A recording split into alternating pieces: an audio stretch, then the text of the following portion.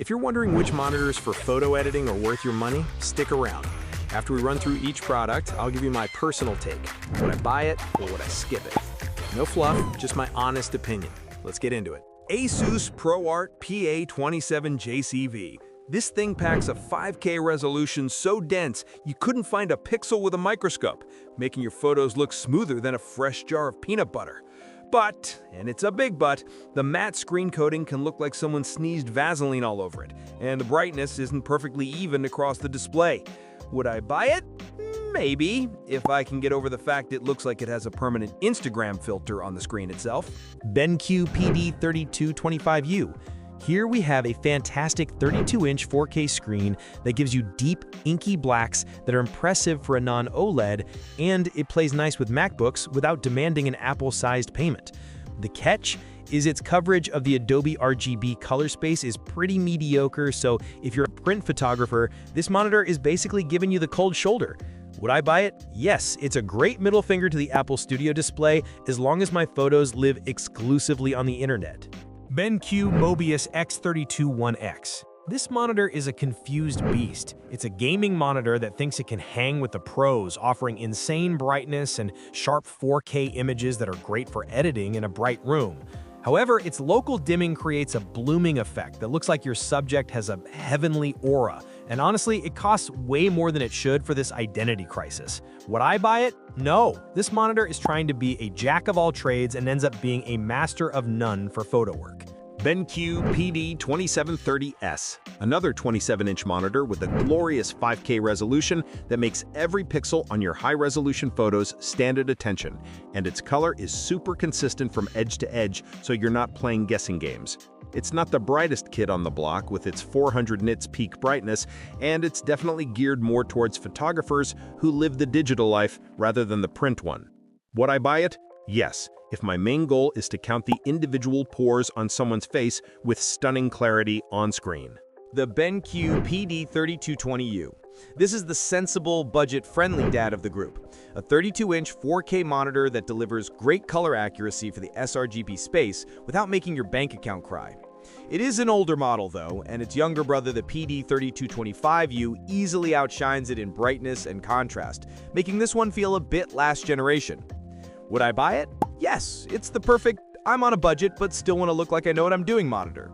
Gigabyte Aorus F027Q3.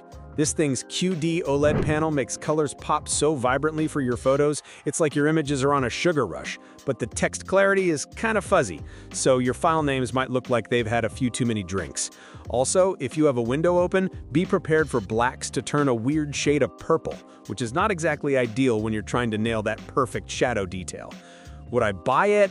Maybe, if I lived in a cave and only edited super colorful text-free images and didn't mind the risk of burn-in from my editing software's interface. Dell U2725QE. This monitor is like that friend who is good at everything, with fantastic text clarity and a boatload of ports, including a KVM switch. But its motion handling is so blurry, you'd think it's trying to recreate a 90s music video effect with every moving object. It boasts about its HDR capabilities, but the highlights are about as poppy as a flat soda, and the local dimming is just terrible, lighting up huge zones for no good reason. Would I buy it? No, because while it's great for office work, its disappointing white balance before calibration and bad motion handling make it a liability for serious photo or video editing. ISO ColorEdge CG2700X. If you're the type of person who uses a ruler to make sure your posters are straight, this monitor's insane color accuracy and built-in calibrator will make your heart sing. But its design is so bland and blocky, it looks like a piece of office equipment from a bygone era. It's incredibly sharp and clear, making your images look amazing, but be prepared to pay a premium for that perfection, because this thing is pricey. Would I buy it? Yes, if I was a professional who demanded perfect color and had a trust fund to burn, because you can be absolutely confident in your edits with this beast. Dell U4025QW. This beast of an ultra-wide gives you so much screen real estate you could probably sublet part of it, and its 5K 2K resolution is a dream for viewing high-res photos, but it struggles in bright rooms like a vampire in the sun. While the IPS black panel delivers deep blacks, fast-moving objects can look a bit blurry, and the local dimming feature is pretty much useless. Would I buy it? Yes, for the sheer productivity boost of that massive sharp screen, as long as my editing suite is more of a cozy den than a sun-drenched paradise. Asus ProArt Display PA27RC9RV. This monitor comes factory calibrated with a dedicated sRGB mode that's impressively accurate right out of the box, but it locks you out of adjusting the brightness, so I hope you enjoy editing in a dim setting. While it has great color for the price and a sharp 4K picture, the moment you switch to a customizable mode, that perfect accuracy goes right out the window unless you calibrate it yourself. Would I buy it?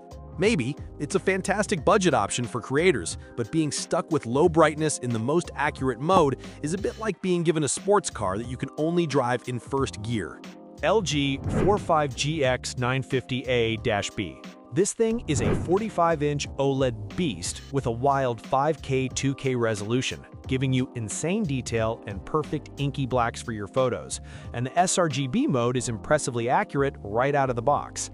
However, the screen curve is so aggressive, you'll feel like you're editing photos inside a fishbowl, and with the risk of permanent burn-in from your editing software's static menus, you might be sweating every time you leave Photoshop open for more than 5 minutes. Would I buy it? Maybe, if I wanted a monitor that doubles as an immersive gaming rig and didn't mind the anxiety of babying an OLED panel for work. Apple Studio Display. The 5K resolution is so sharp and the color accuracy is so good that your photos will look incredible. Plus, the seamless integration with a Mac is a godsend for a simple, clean setup. But honestly, Apple is trolling us by charging over $1,500 for a display with no high dynamic range and then making you pay extra for a stand that can, go up and down, a feature that comes standard on monitors a quarter of the price. Would I buy it? No, because I'm not lighting my money on fire for a monitor that lacks basic features and costs more than my first car just for the pretty logo on the back.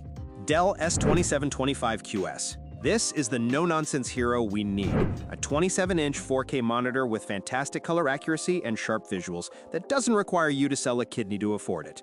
On the flip side, the built-in speakers are genuinely awful, and trying to pivot this thing to a vertical orientation is so clunky it feels like you're solving a Rubik's Cube made of cheap plastic. Would I buy it? Yes, without a doubt. It's the perfect sweet spot, delivering pro-level 4K resolution and color for photo editing without any of the drama or insane costs of the others. Dell Alienware AW3423DWF. This QD OLED monitor will make your photos look absolutely stunning with its perfect black levels and vibrant popping colors that are ridiculously accurate straight from the factory. But that gorgeous screen comes with the constant fear of burn-in from static interface elements, and there's some distracting color fringing around text that might drive you nuts during long editing sessions. Would I buy it? Maybe. Because while photo and video editing on an OLED is an incredible experience, the risk of burn-in and text clarity issues make it a risky choice for a dedicated work machine.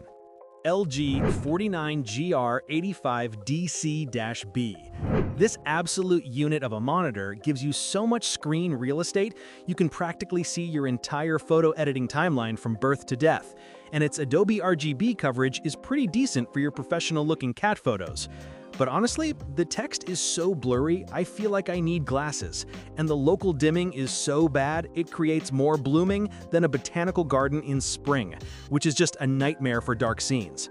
Would I buy it? Maybe if I edited panoramas of the entire universe and didn't care about reading file names clearly. Dell U4025QW. This monitor's 5K resolution and factory-calibrated color are so sharp and accurate that your photos will look more real than real life. Plus, it has a handy KVM switch and enough power delivery to charge a small car. However, it handles reflections about as well as a vampire handles a sunny day, turning into a blurry mess in a bright room. And the local dimming is basically useless for getting deep blacks. Would I buy it?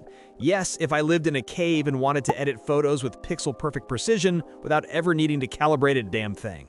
Dell U32224KB. The 6K resolution on this thing is so ridiculous you can zoom in on a portrait and count the subject's individual atoms. And it comes with a built-in 4K webcam and a soundbar so you can look and sound amazing while crying over your edits. The downside is you're mostly stuck in the sRGB color space, which might make the pros who live and breathe Adobe RGB feel a little claustrophobic, and the 16:9 aspect ratio feels a bit 2010. Would I buy it? Yes, because that absurd resolution makes every photo look incredible, and I'm a sucker for an all-in-one package that cleans up my desk. Dell S3225QC. The QD-OLED panel makes colors pop so vibrantly and the contrast is so good, it's like seeing your photos for the first time. Plus, the built-in speakers are surprisingly not terrible for once. The problem is, it's an all-arounder. So while it's great, it lacks some pro-level controls like gamma presets. And the port selection is a bit stingy for a monitor in 2025. Would I buy it? No, not for serious photo editing. This is more for when you want your games to look epic after you've finished pretending to work. Thanks for watching. I hope this video helped you pick the monitors for photo editing for you. If you have any questions, drop a comment below. Links to all of these products mentioned in this video will be in the description.